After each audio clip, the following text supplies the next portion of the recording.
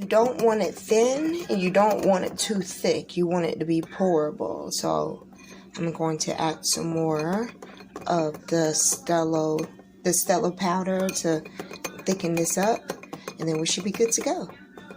So one big thing about making crepes is the fact of you don't want them too brown and you don't want them too light.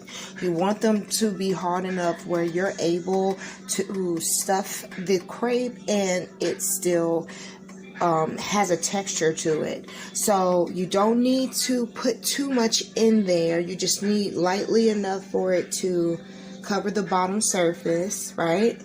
And then we're going to put it on we're going to start it out at a low medium heat, and then we're going to take it up to being like a mid heat, only because of course we want to flip them, make sure you see all the bubbles and everything like that.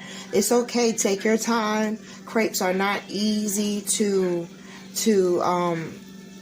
you know, attack and accomplish, and if so happens it doesn't work out how it needs to, you just kind of have thin pancakes.